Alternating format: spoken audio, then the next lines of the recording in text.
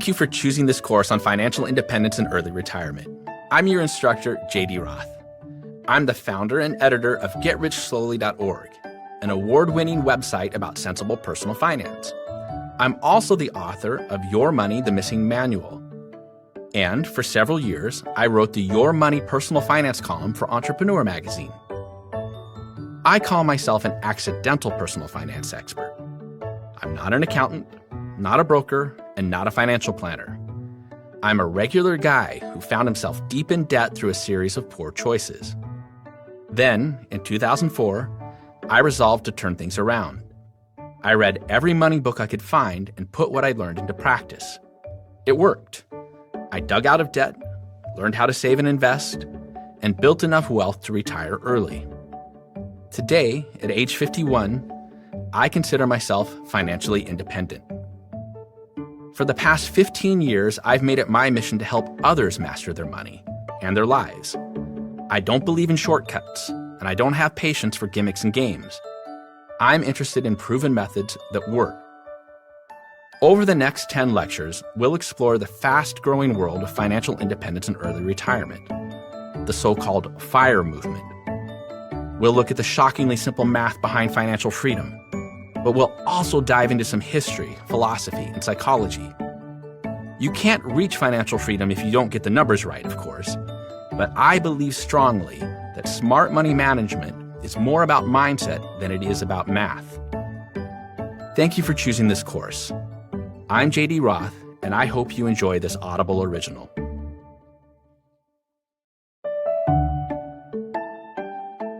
Lecture 1. What is financial independence? The 1999 action film, The Matrix, stars Keanu Reeves as a computer programmer named Thomas Anderson. Anderson, known in hacker circles as Neo, harbors a vague suspicion that something's not quite right with the world. Something seems off. Neo meets a man named Morpheus, who explains the source of his nagging doubts. Morpheus tells Neo, and here you'll have to imagine that I have a deep, rich voice like actor Lawrence Fishburne. Morpheus tells Neo, "You've felt it your entire life, that there's something wrong with the world. You don't know what it is, but it's there, like a splinter in your mind, driving you mad. It is this feeling that has brought you to me. Do you know what I'm talking about?" Neo knows. "The Matrix," he says. "The Matrix is everywhere," Morpheus says. "It's all around us. Even now in this very room. It is the world that has been pulled over your eyes to blind you from the truth." Then, in a scene popular with nerds everywhere, Morpheus offers Neo a choice. He can swallow either a blue pill or a red pill. You take the blue pill, the story ends. You wake up in your bed and believe whatever you want to believe. You take the red pill, you stay in Wonderland, and I show you how deep the rabbit hole goes. Remember, all I'm offering is the truth, nothing more. Neo swallows the red pill. He learns the truth. He discovers that everything he believed to be real was only an illusion, a fiction, a system that has trapped all of humanity in a sort of collective dream world. By swallowing the red pill, Neo's reality vanishes, replaced by something wholly alien and different. It is my hope that you and I are, at this very moment, like Morpheus and Neo. You're listening to this course because, like Neo, you're gripped by the feeling that something's wrong with the world. Something seems off. You've been looking for answers. And like Morpheus, I believe I have those answers, and I want to share them with you. This course is the red pill. If you swallow the red pill, if you listen to all 5 hours and heed the advice I offer, you'll come to view money in a new light. You'll find yourself able to see the matrix and to escape it. If I do my job correctly, and you do yours, your present reality will vanish to be replaced by something different, something better. I'm about to show you how deep the rabbit hole goes. All I'm offering is the truth, nothing more. When I started writing about money in 2006, my focus was on debt reduction and basic financial literacy. I was young and dumb. I was deep in debt. I spent the next several years documenting my personal journey as I learned how to manage money wisely and climbed out of the hole I had dug for myself. In time, my focus shifted to financial independence and early retirement, two closely related concepts that have merged to become what is commonly called the FIRE movement. The term FIRE is an acronym for Financial Independence, Retire Early.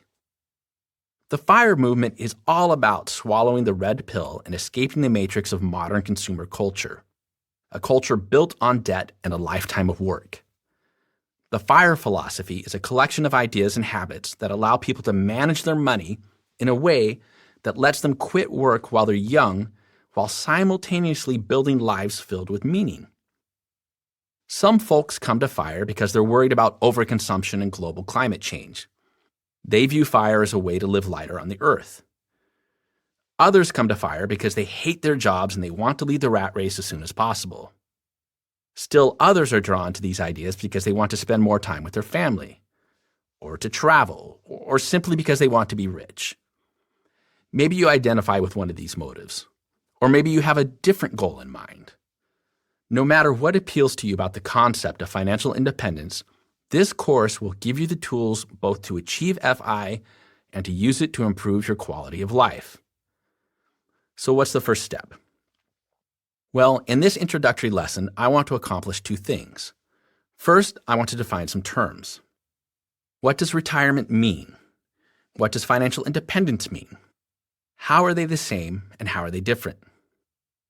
Second, I want to briefly discuss our mental maps, those invisible scripts that guide how we manage our money, for better or worse.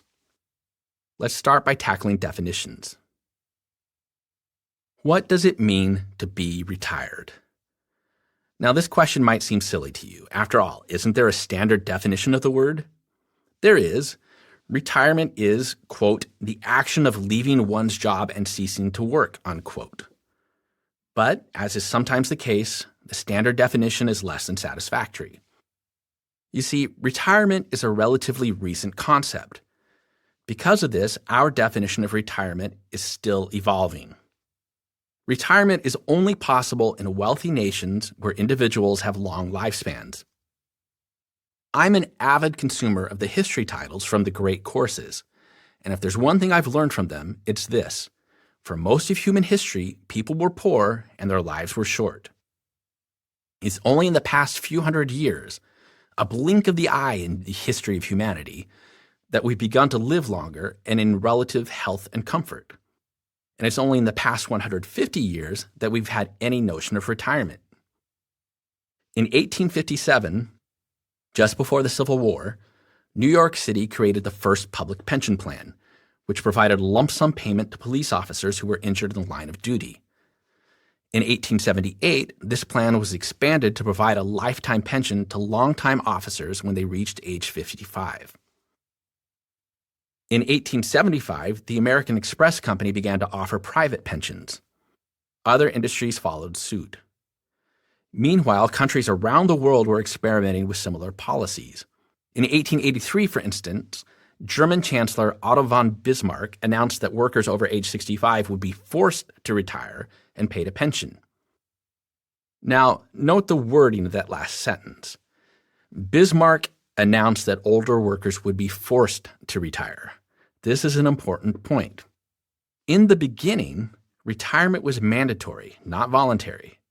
Because of this, retirement wasn't viewed in a positive light. In fact, retirement was very controversial. People wanted to work. Work was evidence of vitality and productivity. Work provided purpose. Plus, most folks needed the money. Retirement was considered undesirable, something to be avoided. In time, mandatory retirement became a massive social issue in much the same way that gun rights and immigration are social issues in the United States today. Retirement was a matter of national debate, not only in the U.S., but in much of the developed world. Let's look at a couple of quick examples. In 1903, the London Saturday Review published an editorial that summarized popular disapproval of retirement. Men shrink, the newspaper wrote, from voluntarily committing themselves to an act which simulates the forced inactivity of death. Then, in 1911, director D.W. Griffith produced a short silent film called What Shall We Do with Our Old? In the movie, which you can find on YouTube, an elderly carpenter is forced into retirement and replaced by a younger, stronger man. Because the carpenter is old, he's unable to find another job. Soon, he and his wife run out of money. She's sick. They're starving. Desperate, the carpenter steals food from a nearby shop, but he's caught and arrested. The judge shows mercy, but it's too late. The carpenter's wife dies, and all because he was forced into retirement. That's pretty melodramatic, right? But the film shows how retirement 100 years ago wasn't what we picture today. Today, we think of retirement as a positive thing, something to look forward to. It's golf and beaches and cocktails at 2. Back then, retirement was, quote, the forced inactivity of death. Despite public protests, mandatory retirement was gradually adopted by public and private agencies. And in time, perception of retirement began to change. With the combination of rising wages, lower unemployment, private pensions, and government assistance programs such as Social Security, the stigma associated with retirement faded. In fact, retirement eventually came to be viewed as desirable. Consider these numbers. In 1880, more than 75% of men over age 64 remained in the workforce. By 1900, the number of older workers had begun to drop. 65% of men over age 64 remained in the workforce. By 1950, only about half of men over 64 continued to work. And by 1998, we'd reached the current status quo. About 20% of men over 64 were still working. Since the introduction of retirement policies in the late 19th century, the percentage of older men who continue to work has dropped from 75% to 20%.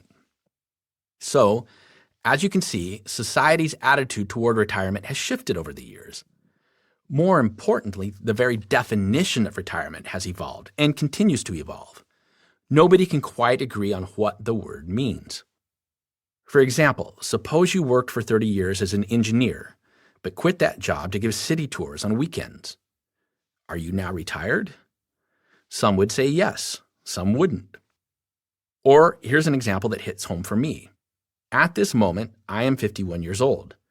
I've managed to save enough money that I shouldn't ever have to work again. I can live off of my savings. Yet here I am preparing a course about financial freedom. I continue to work because I like to. My work gives me a sense of purpose and meaning. Am I retired?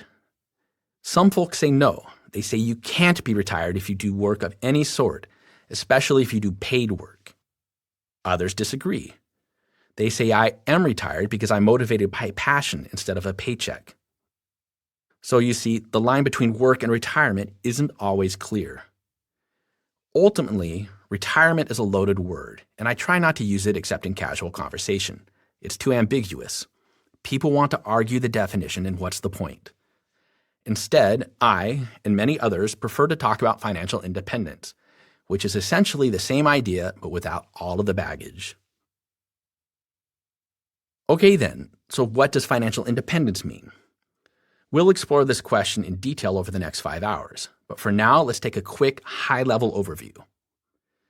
When most people in the FIRE movement talk about financial independence, they're using the term in a general sense. Financial independence means you've saved enough to support your current spending habits for the rest of your life without the need to earn more money. You might choose to work for other reasons, such as purpose or passion, but you no longer need a job to fund your lifestyle. There are other ways to look at financial independence, and this course will explore them, but this is what most people mean when they use the term. There's also a generally accepted path to financial independence, a sort of roadmap that people use to get there. What is that map? Well, to achieve financial independence, most people adhere to the basic rule of personal finance. To build wealth, you must spend less than you earn. But instead of heeding the standard advice to save 10% or 20% of your income, people in the FIRE movement tend to practice extreme saving. They often aim to save half of their income, and some save 70% or more. I've met people who save 90% of their income. They make over $100,000 a year, but they spend maybe $12,000 or $15,000. FIRE folks practice extreme saving because that's how the math of financial independence works. The more you save, the quicker you obtain financial freedom. It's possible to save less, of course, but that means it will take you longer to get where you want to go. To achieve these high saving rates, most people conduct a three-pronged attack. They increase their income, cut their spending, and invest wisely. Folks minimize their spending not by living like paupers, but by choosing to spend only on the things that matter most to them. They do look for ways to be thrifty, no doubt, but they devote most of their attention to reducing their largest expenses, especially housing and transportation. But spending is only one piece of the puzzle. It's great to cut expenses and develop thrifty habits, but most people who achieve financial independence have also found ways to boost their incomes. As you slash spending and increase income, you create a cash surplus. This saving rate, or as I like to call it, personal profit, isn't spent. It's not squirreled away in low-interest savings accounts. Instead, it's usually funneled into low-cost stock market index funds, which have historically provided long-term growth.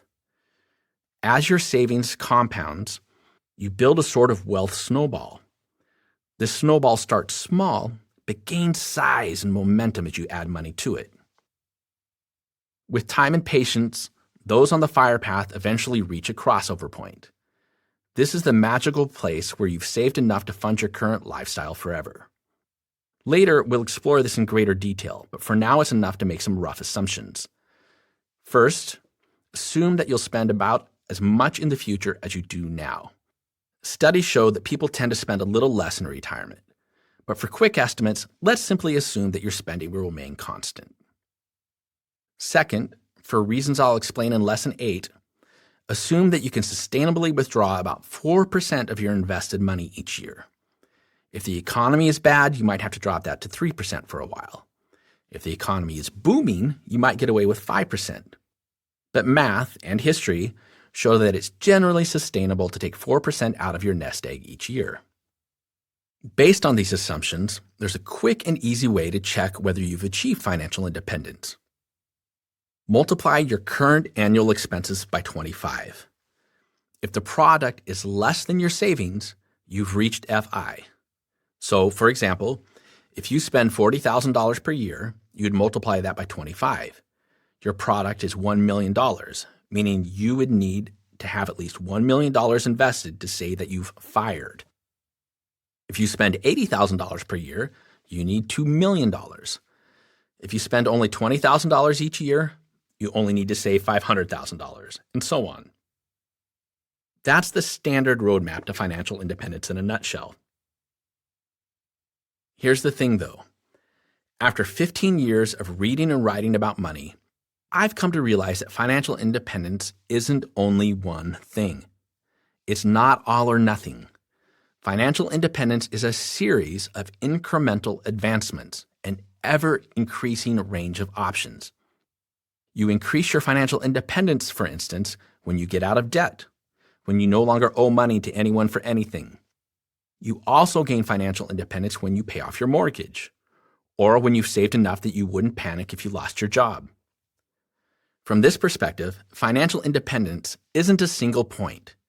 It's a series of financial milestones, each more exciting than the last. Okay, now that we have a more nuanced understanding of retirement and financial independence, let's turn to the concept of money scripts. When I was a boy, my family was poor. We lived in a single-wide trailer house in rural Oregon. My father was sometimes unemployed. During those dark days, he had trouble putting food on the table or buying clothes for us kids. But he wasn't always broke. Dad was a serial entrepreneur. He was always starting businesses. Sometimes these companies were successful and times were good. But when Dad did have money, he didn't save it. He didn't invest. Instead, he bought big toys, sailboats and computers and airplanes. Then, when he was broke again, he turned around and sold those toys in order to feed the family. My mother was a housewife. She stayed home and cared for us kids. She managed the household budget, but not very well. She and Dad always fought about money. There were times when things were especially bad that we had to take assistance from our church. Like all children, I watched and learned how my parents managed money. As I grew up, I followed many of the same patterns. For instance, when I earned money, I spent it. I didn't keep a savings account. I didn't invest in the stock market. I lived paycheck to paycheck, even as my salary grew. Why? Because I had inherited an internal money script from my parents, one that said, money is meant to be spent. Each of us has money scripts like this. Our behaviors and attitudes toward money are largely shaped by our family and friends. Society, too, especially the mass media, plays a role in writing our money scripts, but most of what we believe is drawn from what our parents teach us. These money blueprints are but a piece of the larger mental maps we use to navigate our way through life. In his best-selling book, The Road Less Traveled, psychiatrist M. Scott Peck wrote extensively about how our individual mental maps shape the way we view and cope with the world. Peck puts it this way: our view of reality is like a map with which to negotiate the terrain of life. If the map is true and accurate, we will generally know where we are. And if we have decided where we want to go, we'll generally know how to get there. But if the map is false or inaccurate, we generally will be lost. We're not born with these maps, Peck says. We draw them as we go. As we experience life, we add new features to our mental maps so that we can better navigate the future. This concept has some interesting implications. First, each of us has a different mental map of the world. No two maps are alike, and no one map is 100% accurate. Although there are plenty of people who believe that theirs is the only correct map in existence, it's not the case. There are many ways to solve most problems.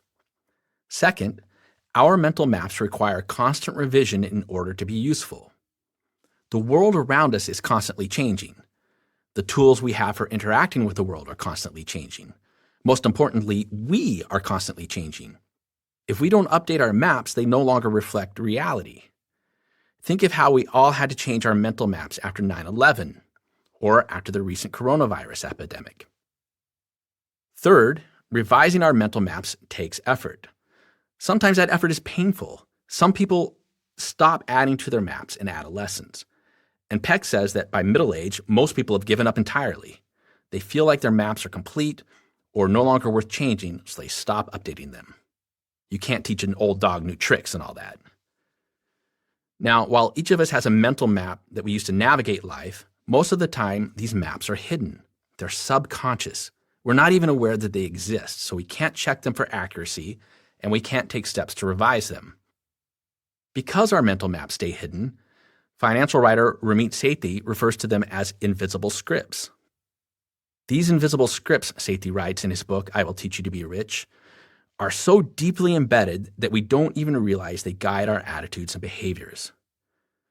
We have invisible scripts that affect our relationships with food, with work, with sex, with relationships, and yes, we all have a set of invisible scripts that define how we deal with money. Some of these scripts are great. They work. They're effective. They produce positive results. But nearly everyone has errors in their mental maps. They have counterproductive invisible scripts that make success difficult to achieve. This is especially true with our money scripts. Here are some common examples of money scripts that can impede success. You need to go to college in order to be successful. Investing in the stock market is no better than gambling. I work hard, so I deserve a new car. I can't get ahead because the economy sucks. Money is the root of all evil, and so on. Let me give you some examples of how money scripts manifest themselves in real life. When I was newly married, my wife and I were talking with some friends about our financial situation. Money was tight and I was in debt. The economy was sour. We were worried about worst-case scenarios. I'm not too concerned, I said. If things get bad, I can always get a second job flipping burgers at a fast food joint. My wife was appalled. For her, fast food jobs were for kids, not responsible adults. She had a money script that said jobs like this were beneath her and beneath me. My money script, on the other hand, said, and still says, that work is work and that no work is beneath me. Here's another one. I know a guy who runs a moderately successful small business. It's not a large company, but it consistently makes a profit, which allows him to live comfortably. This guy always takes that profit and spends it. He owns a nice house, drives a fancy sports car, has a boat, and so on. He spends every penny his business creates. He saves nothing. When asked why he doesn't save for the future, this guy says, "When I need more money, I'll make it. I can always make more money." So that's one of his internal money scripts. I can always make more money. Interestingly, it's a money script that both helps him and hinders him. Here's one last example. A decade ago, my youngest brother was out of work. He was struggling to start a business, but without much success.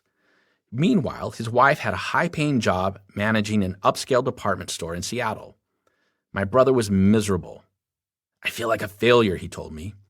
"A man should provide for his family, and I'm not doing that. My wife is providing for us."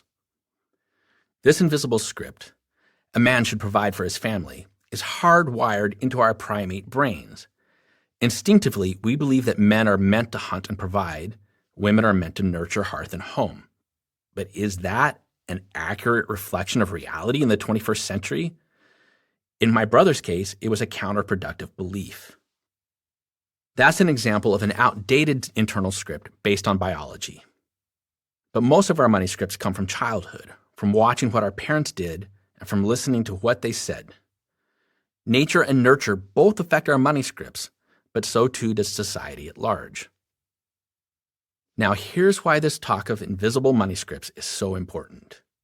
If you are unhappy with your current financial situation, if you don't like your existing relationship with money, you must change your mental map. You cannot continue doing and believing the same things and expect to get different results. It won't happen. To undo the harmful habits and stifling beliefs that you have around money, you need to redraw your financial blueprint, to rewrite your invisible scripts. This is the fundamental premise of financial independence. We, as a society, have a set of faulty mental maps. We are trapped in the matrix. We've acquired a collection of invisible money scripts that generally produce poor results. The FIRE movement is all about rewriting our internal money scripts to produce better results. And not just rewriting these scripts, but acting on them. Thought itself isn't enough to produce results. If you want to make changes, you must take action. Dreams remain dreams without doing. My goal with this course is to help you identify some of your faulty money scripts, then teach you how to rewrite them. I'm here to offer you the red pill, to show you the matrix, but it's up to you to actually swallow that pill, to take action. Now, to get you into action-taking mode, I'll stop lecturing for a moment and ask you to get involved with the material we've covered today. I want you to do a little exercise. We'll do this from time to time throughout the course. If it happens that you're not in a place where you can complete an assignment, or you don't have time, that's fine. But I believe you'll get more out of this material if you are able to make time and space to do these exercises. So, for this first exercise, and for others that follow, feel free to pause the lesson and come back when you're able to participate. Ready? Here we go. This first assignment is easy. I want you to take some time to think about your own money scripts and how they affect your life. If you have pen and paper or an electronic device, great, use them. If not, simply take some time to reflect on the questions I'm about to ask. Put me on pause to formulate an answer to each question. Then resume whenever you're ready. To begin, what does it mean to be rich? What does wealth mean to you? Put me on pause and think about that. Okay, next question. Think about the first messages you received about money when you were a child. Maybe they were from your parents. Maybe they were from your friends. Maybe they were from television. What were those messages? How have they influenced you from childhood until today? Next, and this might sound silly, but play along with me, imagine you're in a romantic relationship with money. Don't laugh, I'm serious.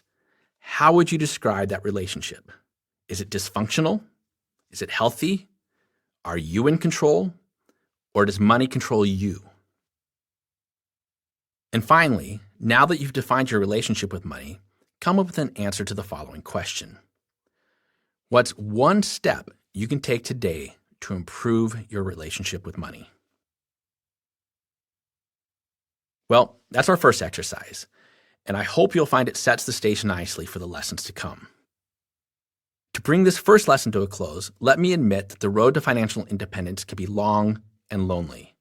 I don't want to mislead you otherwise, but there's a growing community of folks who have embraced the ideas you'll learn in this course, who have swallowed the red pill and left the matrix. So, if some of the challenges here seem difficult, take inspiration from those who have come before, those who have already achieved financial independence. Let the many benefits of financial independence motivate you to seek a better life for yourself, one that's not bound by the spend, spend, spend script of our consumer culture. Because that spending mantra is just one of the scripts we'll need to rewrite. And the first step to rewriting your money scripts, the first step to escaping the matrix, is to get clear on your purpose. And we'll tackle that in the next lesson.